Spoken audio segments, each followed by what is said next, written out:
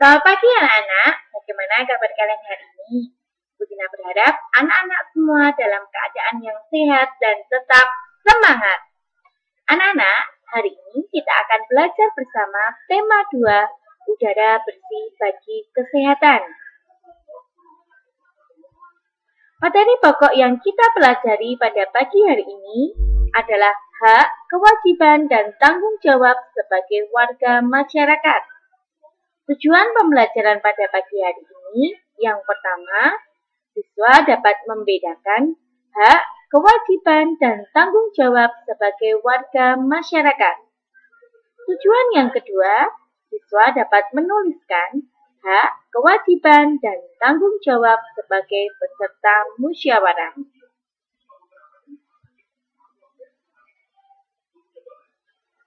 Selain tanggung jawab, kita juga mempunyai hak dan kewajiban sebagai warga masyarakat. Hak, kewajiban, dan tanggung jawab merupakan 3 hal yang berbeda, tetapi saling berkaitan erat satu sama lain dan tidak bisa dipisahkan.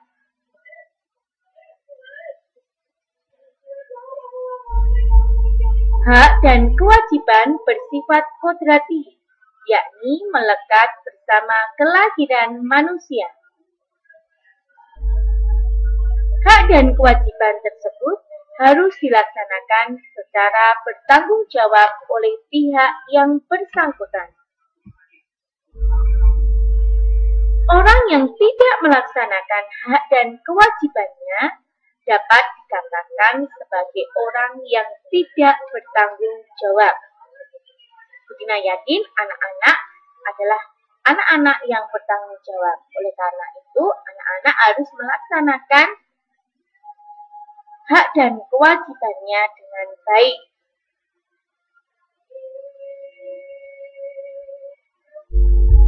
Hak sebagai warga masyarakat.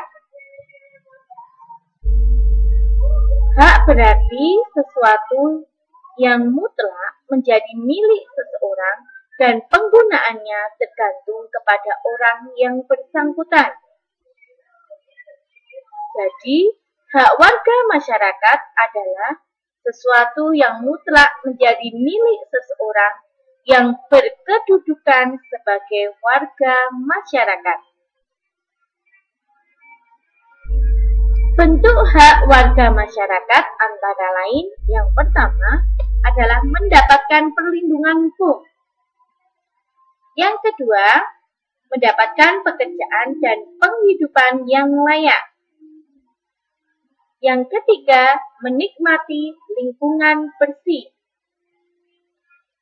Keempat, hidup tenang dan damai. Kelima, bebas memilih, memeluk, dan menjalankan agama. Keenam, berpendapat dan berorganisasi. Ketujuh, adalah mengembangkan kebudayaan daerah. Itu bentuk hak kita sebagai warga masyarakat. Sekarang kita akan belajar tentang kewajiban sebagai warga masyarakat.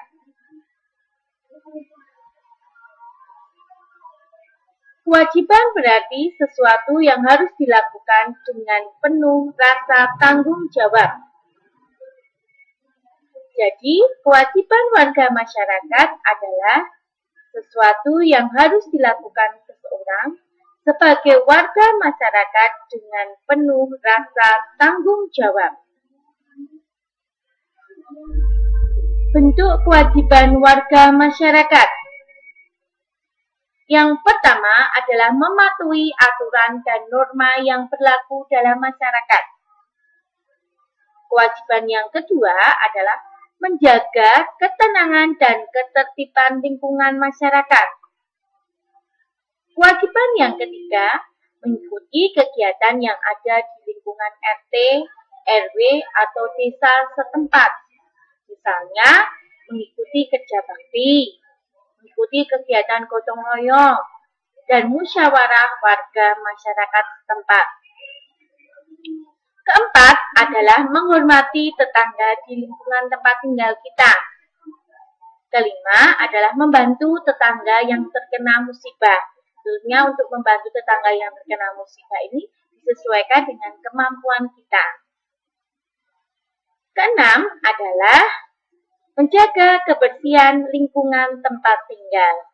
Jadi kita berkewajiban menjaga kebersihan lingkungan tempat tinggal kita supaya lingkungan tempat tinggal kita menjadi nyaman, bersih, sehat, dan terhindar dari berbagai penyakit. Mengambil keputusan dengan musyawarah. Setiap warga masyarakat mempunyai tanggung jawab ikut serta dalam mengambil keputusan bersama.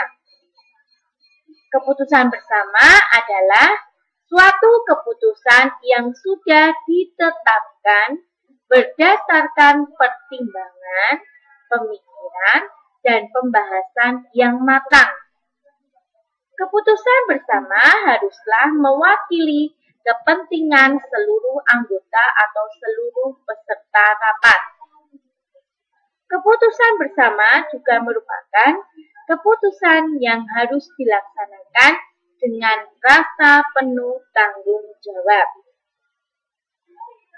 Nah, dalam pengambilan keputusan ada beberapa nilai yang mendasari. Nilai-nilai yang mendasari itu yang pertama adalah nilai kebersamaan.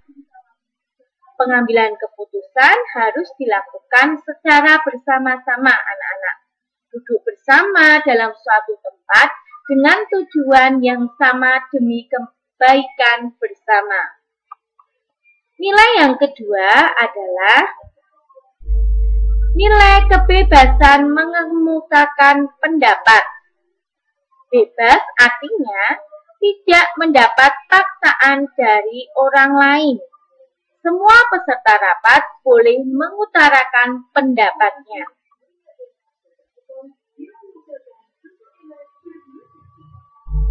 Nilai yang ketiga adalah nilai menghargai pendapat orang lain.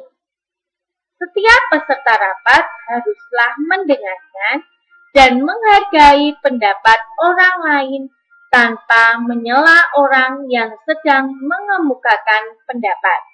Jadi ketika ada teman kita yang mengeluarkan pendapat, kita harus menghargai, mendengarkan dengan baik. Meskipun pendapatnya itu tidak sesuai dengan pendapat kita, tapi kita harus tetap menghargai, mendengarkan, tanpa menyela pendapat orang lain ya anak-anak. Nilai yang keempat adalah nilai jiwa besar serta lapang dada melaksanakan hasil keputusan dengan rasa penuh tanggung jawab. Nilai persamaan hak ialah seluruh peserta rapat diberi hak yang sama untuk mengemukakan pendapat. Mereka diberi kebebasan untuk mengemukakan ide atau gagasan mereka.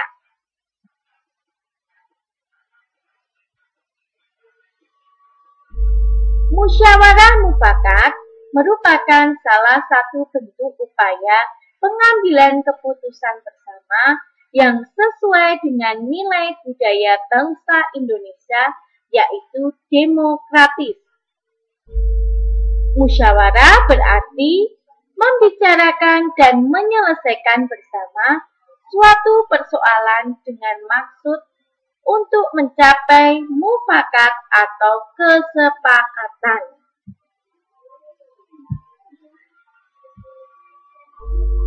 Musyawarah adalah pembahasan bersama suatu masalah guna mencapai keputusan.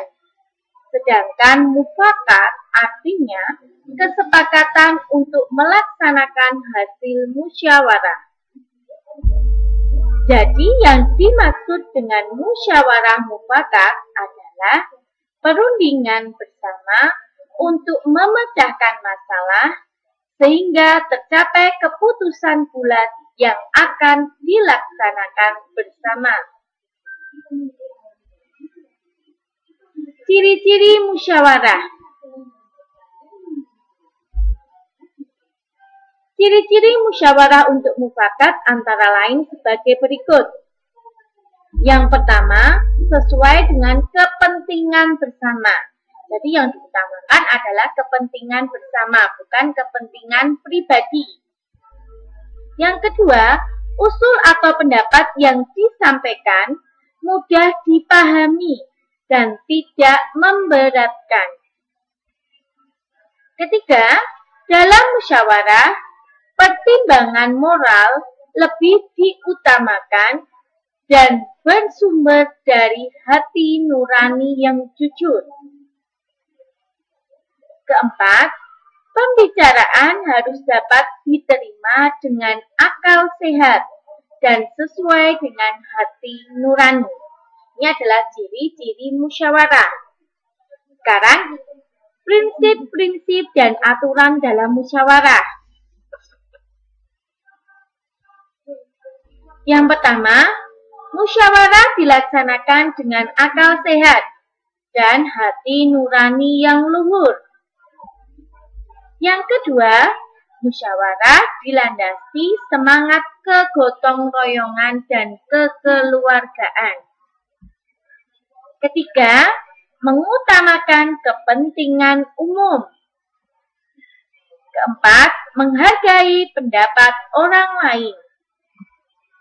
Kelima, keputusan yang diambil harus dapat dipertanggungjawabkan secara moral kepada Tuhan Yang Maha Esa. Keenam, melaksanakan keputusan bersama dengan dilandasi itikat baik dan penuh rasa tanggung jawab. Tata cara dan persyaratan dalam musyawarah. Apa saja? Yang pertama, peserta musyawarah harus hadir sebelum musyawarah dimulai. Yang kedua, musyawarah dimulai jika peserta musyawarah telah mencapai quorum. Apa itu quorum? Quorum adalah penetapan jumlah minimal anggota yang hadir pada saat musyawarah. Ketiga, ada susunan kepanitiaan yang minimal terdiri dari ketua, notulis, dan peserta musyawarah. Keempat, setiap peserta musyawarah berhak menyampaikan pendapatnya. Kelima, setiap peserta musyawarah harus menghargai pendapat orang lain. Keenam, pendapat yang disampaikan harus dapat diterima akal sehat, tidak untuk kepentingan pribadi atau golongan, tidak menimbulkan perpecahan, sesuai dengan norma, dan tidak menyinggung perasaan orang lain. Ini adalah tata cara dan persyaratan dalam musyawarah. Nah, sekarang cara-cara mengeluarkan pendapat. Bagaimana ya cara mengeluarkan pendapat yang baik? Yang pertama adalah mengacungkan tangan sebagai tanda izin berbicara. Jika anak-anak mau mengeluarkan pendapat, diberi kesempatan untuk mengeluarkan pendapat, anak-anak mengacungkan tangan atau tunjuk tangan dulu, ya. Yang kedua, berbicara setelah dipersilahkan. Nah, setelah dipersilahkan, silakan. Misalnya, Adi, silakan menyampaikan pendapatnya, baru anak-anak berbicara. Yang ketiga, kalau ada yang berbicara, menunggu sampai pembicaraan selesai. Jadi jika ada teman yang berbicara atau mengeluarkan pendapat atau berbicara, anak-anak harus menunggu dulu sampai orang itu selesai berbicara. Kita tidak boleh menyela atau memotong pembicaraan orang tersebut. Yang keempat adalah bersikap sopan. Kelima, suara cukup jelas. Nah, itu cara-cara dalam mengeluarkan pendapat.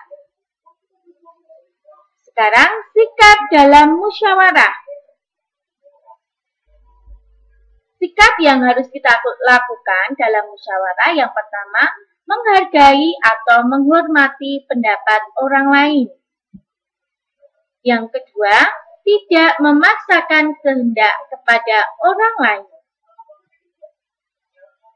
Ketiga, tidak boleh mencela pendapat orang lain. Yang keempat, tidak boleh memotong pembicaraan orang lain.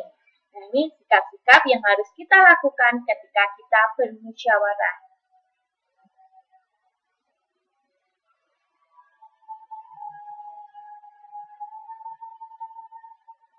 Ini ya, tadi sikap-sikap yang harus kita lakukan dalam bermusyawarah. Ada 4 ya anak-anak ya. Nah, pembelajaran hari ini cukup sekian. Materinya tadi dari hak, kewajiban, terus saat kita tata cara dalam melakukan musyawarah, tanggung jawab kita. Kita akan berjumpa lagi pada pembelajaran berikutnya. Terima kasih untuk pembelajaran hari ini. Sampai jumpa pada pembelajaran berikutnya. Tuhan memberkati. Salam Tarakanita. Satu hati, satu semangat, Tarakanita. Yes! Terima kasih.